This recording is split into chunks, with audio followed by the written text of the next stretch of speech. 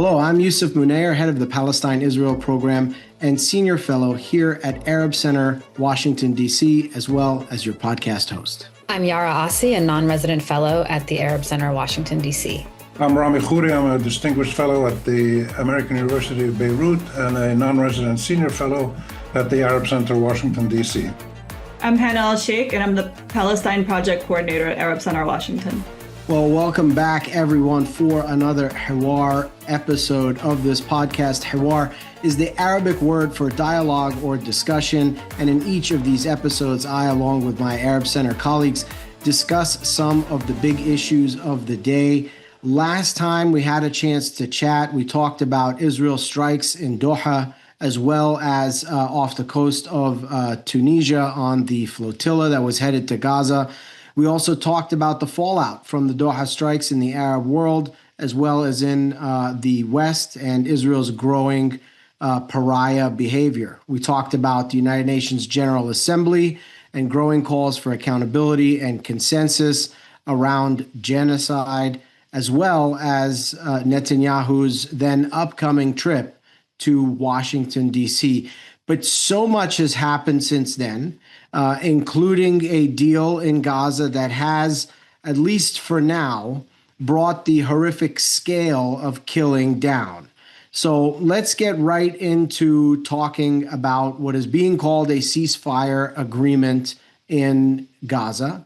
As we know, fire has not ceased since this agreement was announced.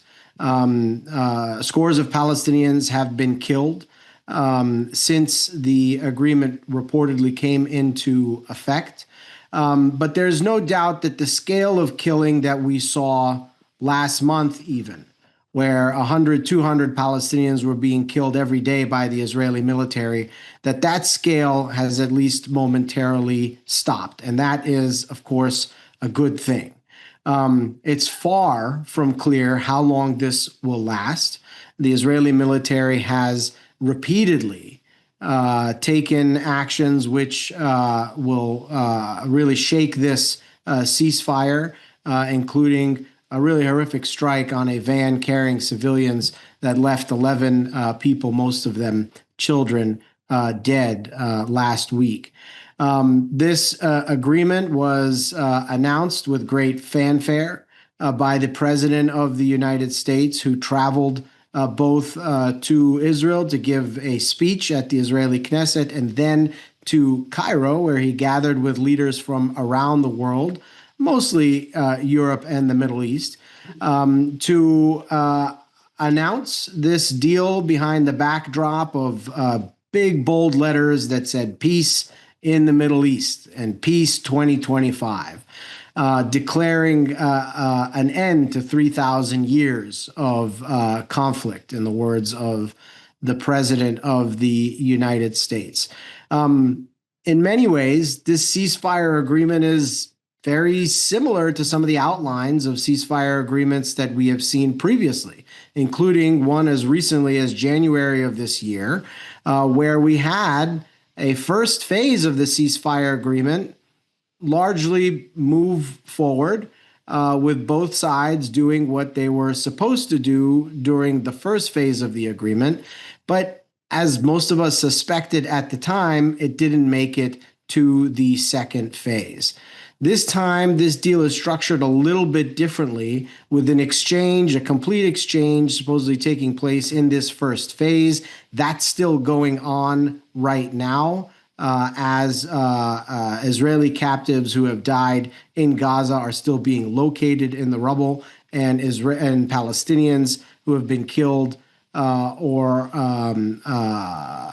held in Israeli custody are being released in exchange during this period. But it's still not clear if we will get to a second stage of this agreement, which includes some bigger issues that there does not seem to be really clear consensus on. But for right now, the situation on the ground in terms of the rate of killing looks different than last month. Again, that's a good thing. But there's still a lot that needs to happen in Gaza, a lot of desperation on the ground, and it continues to be an extremely dangerous place for Palestinians. And I want to ask you, Yara, to get us started here. We've talked a lot about the humanitarian situation on the ground in Gaza throughout this genocide. Now there is this ceasefire agreement. Again, we'll see how long it lasts. But what have we seen on the ground that is at all any different since this agreement came into effect when it comes to the humanitarian situation? Yeah, thanks, Yousef. As we've said and warned many, many times, the ceasefire period is really just the pre-step to what is needed in an adequate humanitarian response.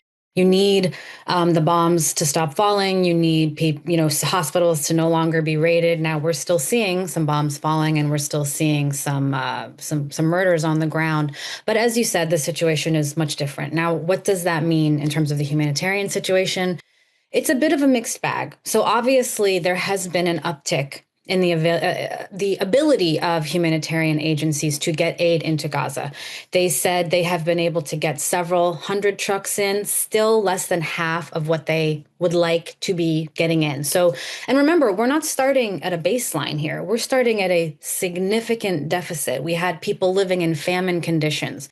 So you can't just kind of ramp things up a little bit and expect it to really make a dent. We need significant escalation in humanitarian aid. That includes food, that includes water, fuel, electricity, materials for tents. Most people are still living in tents. They have no home to return to. I've seen countless videos of people being able to go back up north, showing, the remains of their home, which is basically just rubble. Perhaps they were able to find, something amidst the rubble. But people are living in tents, and we've already seen reports that aside from restricting the number of trucks that can come in, Israel is still restricting the content of those trucks. They're still enforcing the dual-use policy that they have been applying towards Gaza since 2007. So that means that, for example, I saw in a report that said they were trying to bring in pillars to prop up the tarps for the tents.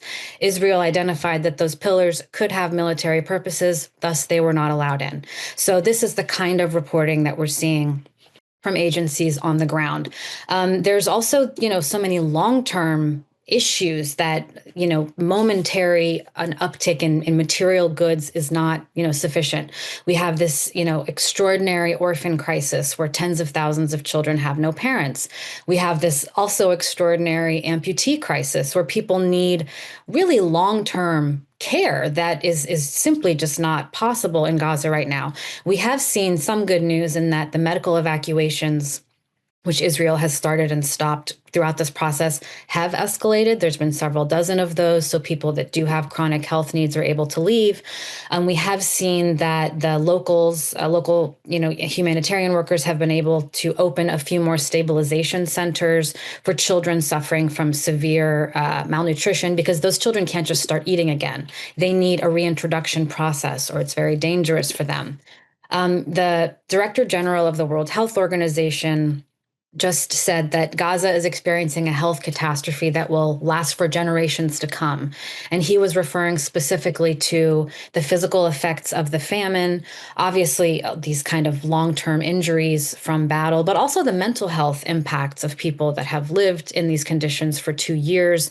And, we're seeing that while people are optimistic, they're not exactly hopeful. Right? They're very, very aware of how fragile this ceasefire is, and that at this point, there is, very little to stop Israel from continuing its land seizures. I mean, we've already seen Israel still maintains 50% of the land of Gaza. They're still occupying it. They're still shooting at people who cross that line, even unknowingly.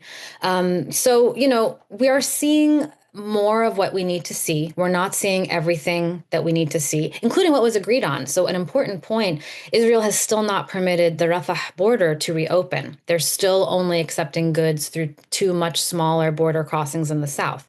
Agencies are telling us we need every access point opened. We need to reach the north. We need to be able to get a lot more trucks in than we're getting in. And from what I understood, the reopening of Rafah was part of this deal. So we haven't seen that yet. We also saw Israel attempt to temporarily cease humanitarian operations, and we'll probably talk about that incident. But they were very quickly met with pushback, including from the United States, who are basically like, "You cannot do that." So that's something. The UN has estimated that it will cost $70 billion to rebuild the Gaza Strip, and untold years, especially if Israel maintains its, dual use policy and the other import restrictions. So the question of, even if we start getting food in, even if we start getting, some infrastructure rebuilt, some schools, some hospitals, it's really not going to be a livable place for hundreds of thousands of people in the near future. I haven't really seen anyone seriously broach the conversation of, what are we just going to do about all of these people who need basic services, these children who need education, these people who, a health system is not just a bunch of field hospitals that can, give vaccinations and fix wounds. We need chemotherapy. We need, we need everything to kind of get back online. And it's unclear how and when that's going to happen. So while we're happy to see the images online of people finally eating meals with chicken again and fruits and fresh vegetables for the first time, they're not getting a meal out of a can. I think we all share in the worry that the fragility of this ceasefire will just kind of put them back in a worse situation than before. So really an ongoing situation. Yeah, thank you for that, Yara. And I mean, we're starting to talk as if, this is over. And we don't know yet that this is over. It's important to emphasize that. We all hope that it's the case, that there's no return to the kind of violence that we saw last month from the Israeli military, but there's no guaranteeing that either. That being said, one of the most striking statistics that I think I've seen over the last few years is around life expectancy in the Gaza Strip and compared to much of the rest of the world. And I'm probably going to botch these numbers, but I think in most of the world, it's probably somewhere in the 70 years age range. But in the Gaza Strip, it's closer to the mid 40s as a life expectancy, given everything that's going to happen now. The kind of destruction that we saw for the last few years, not just in terms of the physical tax that it puts on the human beings in Gaza, who are going to be struggling with this for their entire lifetimes, whether it's physically or mentally, but also on the infrastructure that has been destroyed, that's not going to be there to support and sustain future life in Gaza. It's likely that it's going to take a very, very long time before that life expectancy number ever gets closer to where the rest of the world is. And I'm just wondering, like, in these kinds of situations, and I know that this is something that you've studied quite a lot. What does that recovery curve generally look like, and how does Gaza stand out in comparison with other cases like this? Yeah, Gaza is unique in so many ways. And I think among the most pertinent to your question is that it's just such a small territory that there was no, relatively untouched place to go. So even in countries like Syria, where some cities were absolutely, bombed on a daily basis for weeks, people could still travel throughout the country. They were IDPs, and the IDP, issue in Syria remains heavy. But in Gaza, there is nowhere in Gaza to go. And most of them have nowhere out of Gaza to go, even if they could get permissions from the Israelis, the Egyptians to leave.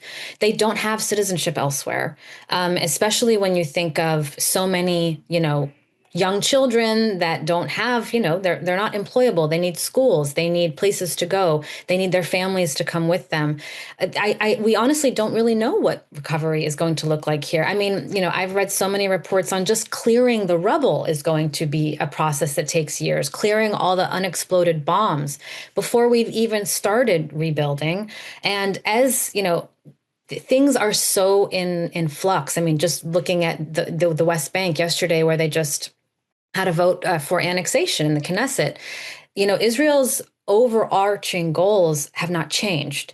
So we need to look at the other mechanisms in which they will continue their goal to settle the Gaza Strip, as so many of them have said. And I think part of that is the unlivable situation gives people an incentive to leave. That's also a really different dynamic than we've seen in other places where there wasn't this other power that had an incentive to, ensure that people left through what they call voluntary migration, but what is in reality ethnic cleansing, to then settle after those people have gone. This is also another really unique aspect of this. And lastly, Israel still really controls the humanitarian response. They have still not, allowed UNRWA to really do its work there. They still have not permitted other certain humanitarian agencies and workers from being able to go into Gaza. Israel controls the humanitarian response that we're talking about. This is also not typical in this type of situation. The country that caused the destruction is also the same country that has the ability to inspect every truck that is allowed to come in to rebuild that territory. So this is a really unprecedented, even in when we look at post-conflict rebuilding, and it's always difficult, but there's a lot of factors here that leave me with a lot of questions. Yeah, thank you for that. You talked about the same country, that did all this destruction is also controlling the humanitarian response. It's also likely to be the country that's going to benefit financially tremendously if that $70 billion reconstruction ever happens, which just kind of underscores the perverse nature of the incentives here. Hanna, I want to come to you now. This ceasefire agreement is a little bit different, although at least at the beginning, it's a similar sort of formula for the exchange of captives and so on. But in terms of how it progresses, it's a little bit different than what we have seen before. We know that President Trump has put out a multi-point plan. It was presented initially to Arab and Muslim states and others in the region. And then it was modified by the Israeli prime minister when he got his hands on it. And it seemed designed to just get both parties to a place where they can move forward to that first step. But there are clearly big gaps between both sides as it relates to what comes after that. Hamas told Trump, yes, but, and here's our list of reservations. Here's how we want to do things. The Israelis, of course, set a long list of conditions around what they would accept. So now that we've seen this exchange largely take place, do we ever get to step two? And if we are, what is it going to take, and what are the pitfalls? Phase one is relatively straightforward and far simpler than any other phase of the plan. So on paper, phase two of the ceasefire agreement looks imminent, but a steady stream of Israeli disruptions keep it just out of reach. Phase one entails the exchange of prisoners and bodies. And Khalil al-Hayya, the head of the Hamas negotiation team, arrived in Cairo on Monday, October 20th, to participate in talks regarding phase two. And representatives of the movement have been clear that they are committed to upholding the commitments that they have made on the ceasefire. So like you had explained, Yousef, we're talking about the commitments that they have made on the ceasefire, and I'll get into that in just a moment. Phase two itself entails the demilitarization of Hamas and its military infrastructure, and the establishment of an international stabilization force. And this force would be tasked with security arrangements, guarding infrastructure and humanitarian work, and assisting the Palestinian police. We don't know what this is just yet. And according to the text of the plan, this has the support of Jordan and Egypt. And in talks, there have been proposed participants, including Turkey, which Israel has taken a great deal of issue with, Azerbaijan, Pakistan, Indonesia, and others. There are many ambiguities about the ISF. Establishing security is one matter, of course, but disarming Hamas and the expected violence to follow would be incredibly unpopular and dangerous, not only in neighboring Arab states if they are to sort of consent to this, but also in, let's say, the Islamic world as well. And Hamas has insisted that it will only surrender its arms to a Palestinian state. And while the Trump plan itself doesn't rule out a Palestinian state, it neither supports one. And the Trump administration, like its predecessors, has rejected the principle of this at the UN and in its policy. So when it comes to arrangements for security in Gaza, It's also worthy of note that reports emerged today in the Palestinian press that the Palestinian Authority Vice President Hussein Alshaikh is in Cairo, again October 23rd, for talks with Khalil al-Hayya.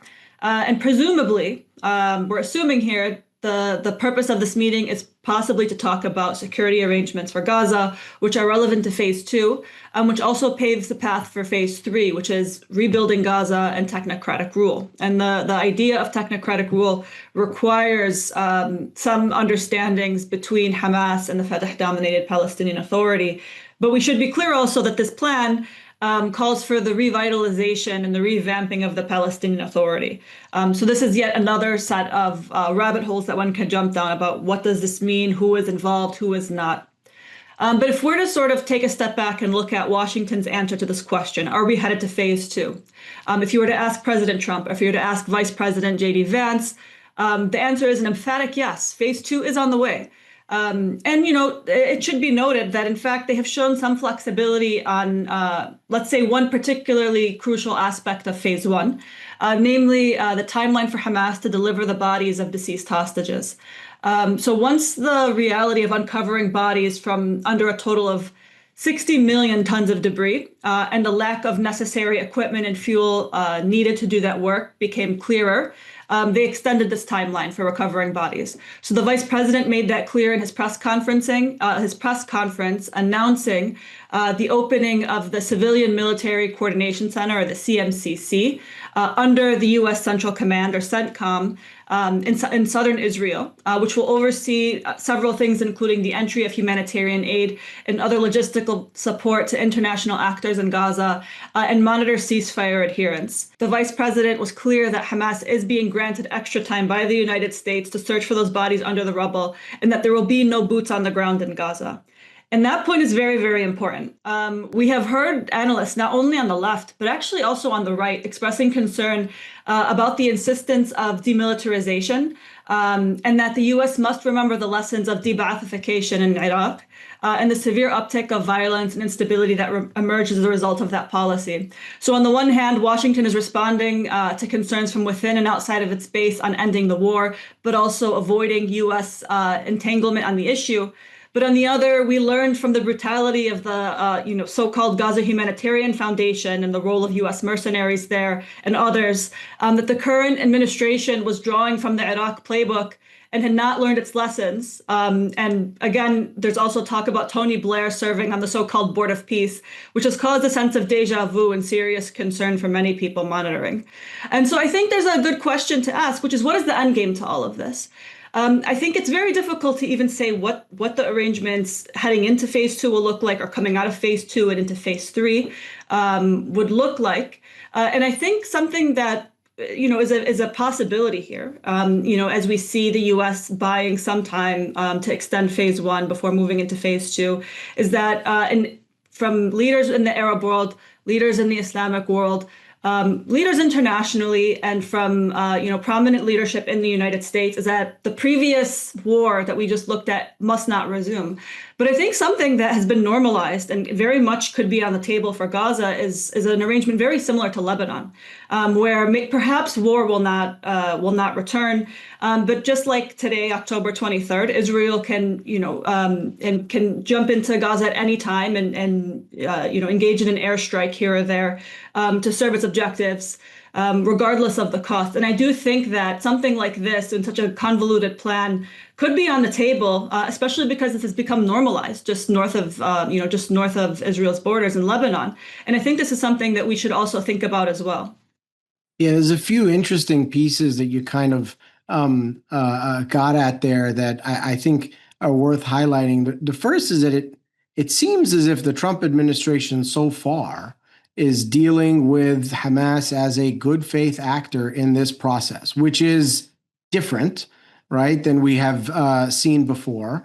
And, we see this both in the fact that they are being understanding around the timeline of trying to get to the corpses of deceased Israeli captives. We see this also in sort of the U.S. response to the Israeli claim recently that there was a ceasefire violation from the Palestinians and that this justified cutting off humanitarian aid again. And as you noted, the U.S. said, no, this is not what happened, right? And the other interesting dimension to this, as you noted, is this thing called the CMCC, which is basically a U.S. military outpost in Israel now that is overseeing what is happening on the ground in Gaza in terms of the ceasefire, which, as far as I can remember, has never happened in any previous ceasefire agreement. So usually, if the Israelis decide to mess around and violate the ceasefire, and then they say, no, it was the other side that did it, Washington's role is usually to say, yes, sir, boss, that's how we saw it too. But this time around, it seems like Washington is going to pay a little bit closer attention here and call balls and strikes a little bit more fairly. I mean, we'll see. But these are certainly steps that indicate that there's a greater degree of seriousness to maintaining this ceasefire. The other thing that we're seeing is this stream of U.S. officials heading to Israel during this time, ostensibly to make sure that this continues to hold. We saw Witkoff, the president's envoy to the region, along with his son-in-law, Jared Kushner, recently visiting. Then the vice president, J.D. Vance, was just in the region. Now it's Marco Rubio, the Secretary of State, who's there. This is a pretty unprecedented parade, as far as I can remember, of American officials going in succession, certainly to visit an ally who's, supposedly on the same page with them, right? So that's been sort of interesting to watch and speaks to a degree of American involvement that I think many analysts would have been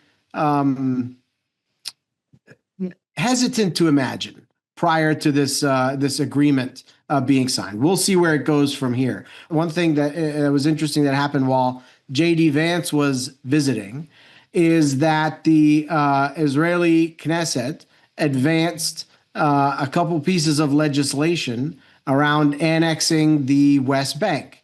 Now, you may remember that earlier on, President Trump was asked specifically about this, and he said, no, we're not going to let Israel annex the West Bank. And now, while his vice president is in town, the Israeli Knesset goes and very deliberately advances legislation around doing just that. And of course, the vice president, when he was asked about this, said, well, I kind of take this as an insult. It's unhelpful. And now we have seen an interview from the American president in Time magazine where he talks about this in some more detail. And he says, it's not going to happen. We're not going to let them annex the West Bank. He says that I promised the Arab states that I'm not going to let it happen. So that was interesting to see. And we know that the Crown Prince of Saudi Arabia, Mohammed bin Salman, is going to be visiting Washington. And we saw comments from the Israeli government official and finance minister Bezalel Smotrich about normalization in Saudi Arabia. And he said, look, if the Saudis want the price of normalization to be that we can't annex the West Bank, well, they can go continue riding their camels or something like that. So this all sets up for a very interesting visit for the Saudi Crown Prince to the United States. We know that prior to October 7th, 2023, Washington was really invested and really focused on trying to get a Saudi-Israeli normalization agreement. Is the Trump administration just turning the page from genocide back to normalization practically overnight? That looks a lot like what they're trying to do here. Rami, what do you make of all of this? Yousef, the answer to all your questions is yes and no. This is an extraordinary moment in this overall conflict, both in terms of the last 2 years since 48 and since 1917, at any time period you want to take. There's stuff going on today that's, as you noted, is unprecedented, but it's also imprecise in its depth and its continuity and its motivations. So, for instance, the Saudis, going to the U.S. now, why are they doing? What are they trying to do? Are they going to return again to their call for a Palestinian state and all that? One of the things I think the Saudis are doing is trying to catch up to the Qataris, because the Qataris have this amazing U.S. CENTCOM base there.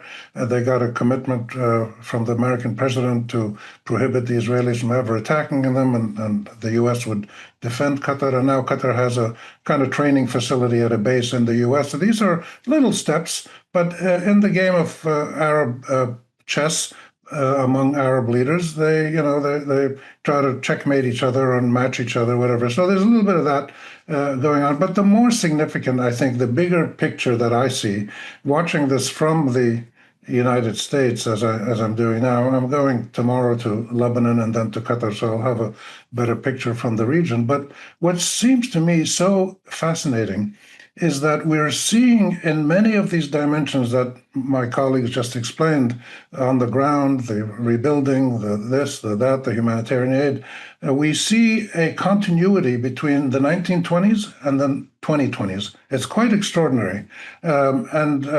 You have the Western colonial powers with the Zionist groups or the Israeli government setting the rules, using their military power to redraw the chessboard. You have a total disregard for international law, agreements, precedents, whatever you want to call them. They just make up the law as they go. The Palestinians are absent from any serious negotiations. They sometimes are brought in indirectly, but they don't. The West and Israel do not see the Palestinians as people with rights or agency or even a voice in the decision-making process. And then finally, you get the prioritization of everything Israel wants, the U.S. follows and does. And all Palestinians are broadly in Israel and the West, certainly among governments, are characterized as violent, lawless, cruel, vicious, Nazi-like, whatever. And Palestinian advocacy in the United States and England and Germany and other places is not only prohibited, but criminalized. People are taken to court or whatever. So this is quite an extraordinary continuity of history. And now we're at the next stage where the U.S. and Israel are talking about already how they're going to redo Gaza. And they put up these yellow cement blocks and created maybe a temporary, maybe a permanent border within Gaza, half of which is with Israel, half of which the Palestinians and others will oversee. And they're talking about the U.S. I think it was Kushner who said that the money that's raised for redevelopment will be done in the part that Israel controls, not in the other part. I mean, this is quite extraordinary. And this is what was going on in 1930s and 1950s, the British, and then later the Americans. But despite all of those parallels and the continuity and the modernization of colonialism that we're witnessing, what we're also witnessing is an extraordinarily new engagement by the big Western power. It was the British back then, it's the US now. The US is engaged, as you pointed out, more vigorously, more directly, and in some ways more equitably between the two parties in the politics of the situation. The military side, the US has given Israel anything it wants, but the US is in a very bizarre situation of having been a co-participant, an equal partner in the genocide, and now wanting to be the leader of the peacemaking process. It's unprecedented, it's quite incoherent, and it's unlikely to be very clear or effective, but it's happening. So this is when power asserts itself, as the US power is, the world has to just kind of, get out of the way and watch what's going on. But the second new element of that, as far as I see, is the new element today that didn't exist in the last 100 years, is you're starting to get a counterforce a counter position. The Palestinians by themselves can't do it, but they're getting some support from the Arabs, like the Saudi position on normalization up until now has been a little bit of a pressure. There was a statement yesterday, I think it was put out by the Islamic organization, by the Arab League, by all the Arab countries, Indonesia, Pakistan, Turkey, a lot of supporters. All put out the statement of, warning the U.S. and Israel about annexing the West Bank to Israel. So these are glimmers of something that has never existed before, which is an assertive, coordinated, and rational power interaction from the pro-Palestinian side. The Palestinians can't do it on their own, but all these other people are supporting them. And then you have to ask yourself, well, why are we getting all this stuff from the American vigor in various ways, engagement, and from the counter moves by the pro-Palestinian groups or the pro-justice groups, let's call them. Why is that happening? I think it's because everybody, from the US to Indonesia to Turkey to Saudis, everybody feels threatened, feels that what Israel has been allowed to do is a threat to everybody, as well as to international law, as well as to domestic American laws. It's a threat to the incumbency of Western politicians. It's a threat to the incumbency of Arab leaders if they just stay complacent as they have been. So we've got all of these things happening at the same time, and we still don't have a clear answer. How far will the Turks assert their role? How far will the Saudis go? We don't know. But we do have this extraordinary little bit in the implementation of the stage one ceasefire, which Hanna talked about. And I think it's so important. We have a monitoring mechanism that is not the US and Israel, as most of the other ones have been. The Lebanon monitoring ceasefire was France and the US, but France and the US were watching football games on TV. They weren't monitoring anything.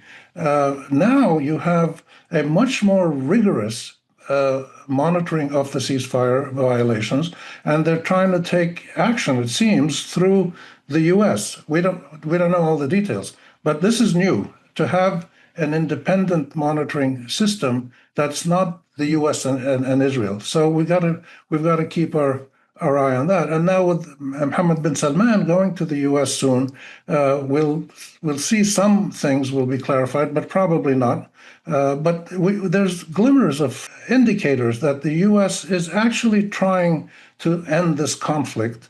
It's not necessarily trying to end it equitably or according to international law, but it's trying to end the conflict.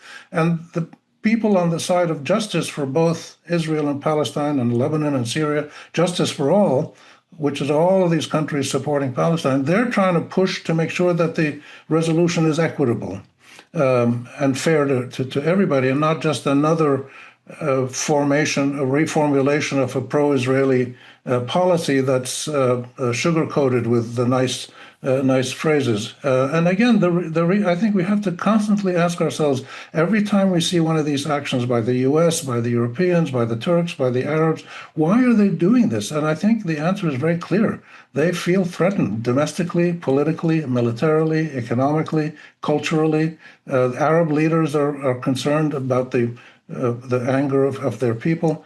So that's just a kind of a broad picture. The last point I'd make is this fascinating statement that Trump made, I think it was in the Time interview, that he's going to look into the question of Marwan Barghouti, pushing the Israelis to release Marwan Barghouti. I mean, if he's audacious enough to publicly ask the Israeli president to pardon Netanyahu's court case, he's probably audacious enough to ask the Israelis to release Marwan Barghouti, because he's the only one right now that seems available on the political scene and the national political scene in Palestine, the only one with the credibility to lead a coherent, unified Palestinian national movement that would negotiate a permanent peace agreement with Israel that is fair to both sides and anchored in international law and precedents.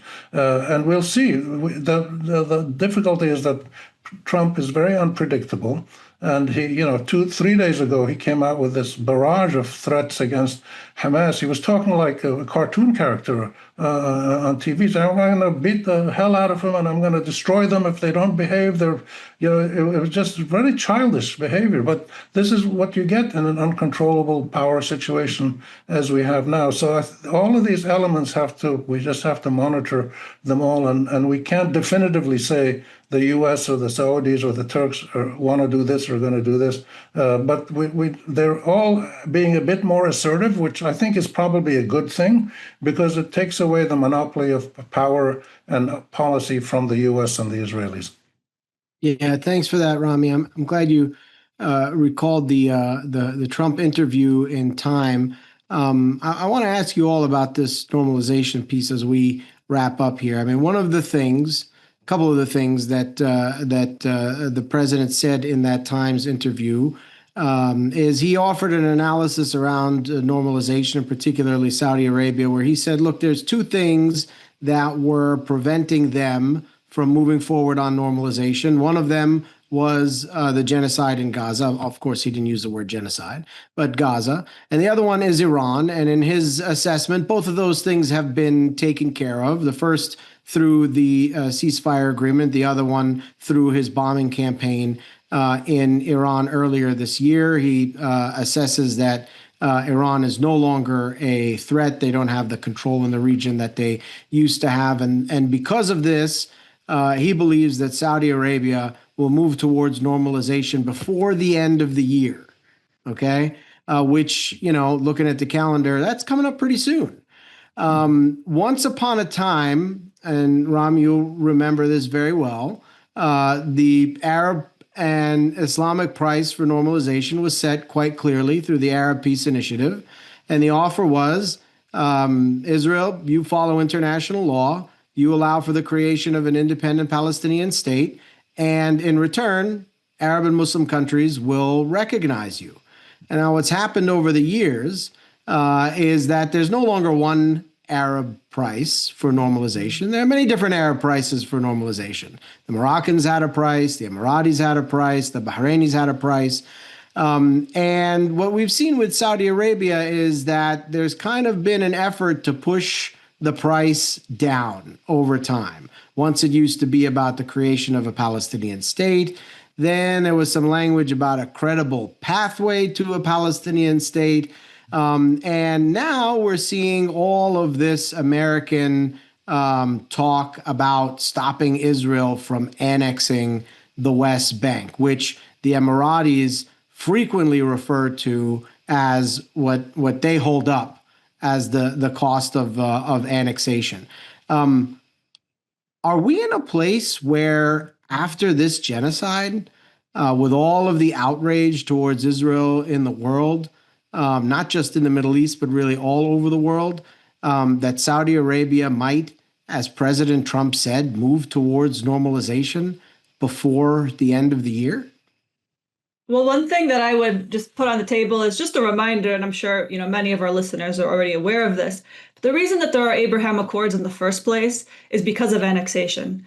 There was something called what Trump liked to call the deal of the century, which was a peace plan that his, at the time, son-in-law and advisor, Jared Kushner, had put together in early 2020 as a comprehensive peace to Israel, Palestine. And it was sabotaged by Netanyahu while visiting Washington, D.C., when he embarrassed Trump in front of a public audience and had announced annexation of the West Bank.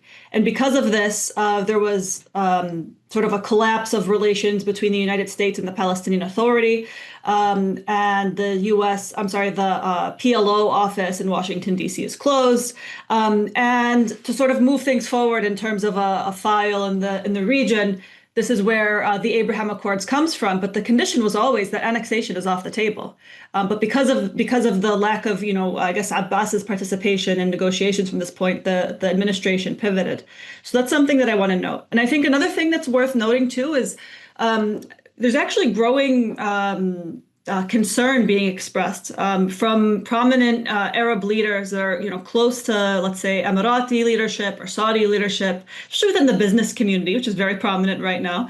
That's worth noting. So there is a very important Emirati businessman who had actually said today in a post on Twitter, or I'm sorry, on X, that the fundamental question remains, will we suffice with silence in the face of this brazen transgression? Or is it time for a unified Arab stance that puts an end to those who think they can insult an entire nation without consequence?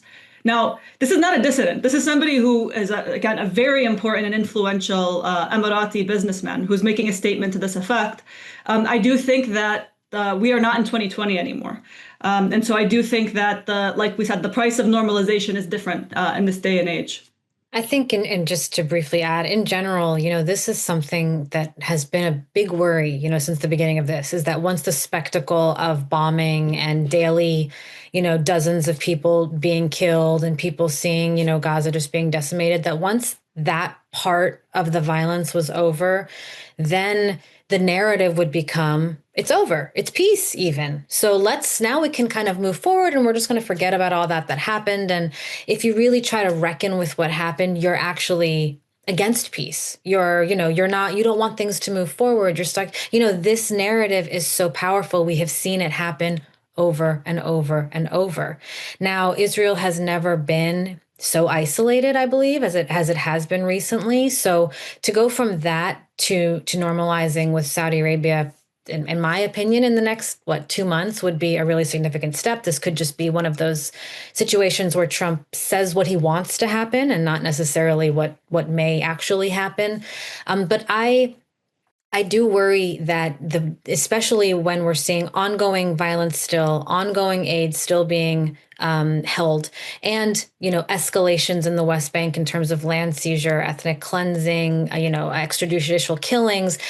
In fact, Israel just rearrested a bunch of people that it had released just a few weeks ago when the ceasefire deal happened. So nothing really has changed, with the significant exception of a ceasefire type situation in Gaza. So if that's the line at this point, that just don't bomb Gaza daily and then we'll normalize with you, then we have really fallen, from this expectation of a Palestinian state. Now, there's a lot of ways to play with the language, as you noted, Yousef, a pathway to a state, a period where the state, we've seen this kind of language before as well with Oslo and other situations. But I really worry about the fate of the Palestinian people if this goes forward in this setting, because then there really will be an indicator that their sovereignty, their independence, their ability to have self-determination is not valuable as long as there's not actively bombs falling on them. And I really think that that's dangerous, not just for the Palestinians, but for marginalized people everywhere.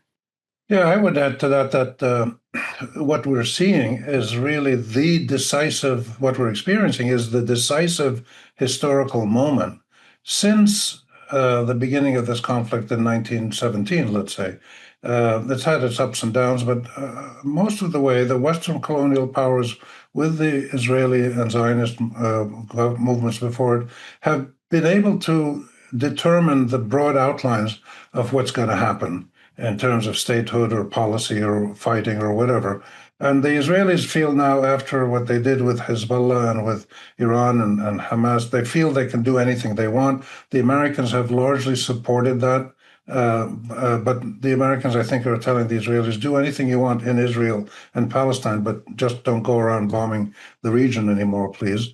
And we don't know what this is going to end up like for the Palestinian people. It's clear that with every decade, the Palestinian people, without decent leadership, have very little leverage. And the Arab countries and Islamic majority countries and many Western countries, much as they honestly support Palestinian rights, they're not going to threaten their own well-being. You'll get the Americans telling the Indonesians, we're going to, embargo you or, boycott you or something, or sanction you or raise tariffs because you're helping the Palestinians. And so there's a limit to how much other countries can help the Palestinian cause. And we just don't know where this is going to move. If the Palestinians get a coherent leadership, again, a national coherent, legitimate leadership, which is possible with new elections and new faces and really good people, people who are credible with their own Palestinian people, first of all, and then with the rest of the world, it's possible they can muster serious international support and squeeze out of this imbalanced situation we have today the best possible deal for Palestine. And that has to be statehood within a contiguous territory of some sort. Yousef, you mentioned the 2002 peace plan. The Arabs, after that, repeatedly said, the Arab leaders, that they're willing to, and the Palestinians said they're willing to be flexible. In other words, the big Israeli settlements, Mahale Adumim, and all those big, gigantic settlements on the Green Line in Palestine near the border would be incorporated into Israel, but in return, the Palestinians would get land of equal value somewhere. So there are ways that the Palestinians have said they're willing to be flexible, but they don't want to give up on their fundamental right to live in their own state. And we don't know how far the allies of the Palestinians are going to continue pushing for that. So this is where the civic activism is becoming so important. And then, if you know, last point I'd make, if you look at a parallel in the Western world, the civil rights movement, the black people in the U.S. went through terrible centuries, and then in the activism in the 40s and 50s and 60s, they got the voting rights law in the 1970s. They made huge gains. But ever since the 1970s until now, black people's rights have been whittled away. And now, openly, the American president and the Republican Party is trying to reduce their rights to vote for their own people. They're redrawing the electoral districts and making it harder to vote by mail. They're pulling back. So even in an advanced, allegedly advanced country, democratic country like the United States, gains are never permanent. They can always be dialed back. And the Palestinians are trying to get the maximum gains they can get for their rights as a nation.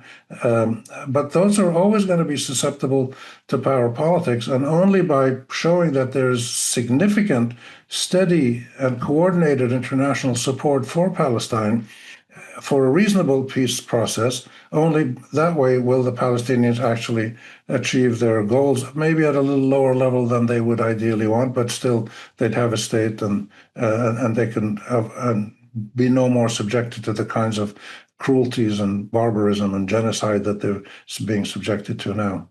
I think that is a good note for us to conclude on. Thank you all once again for being part of our Hawar episode today. We'll surely continue to follow these events and leave questions for another day.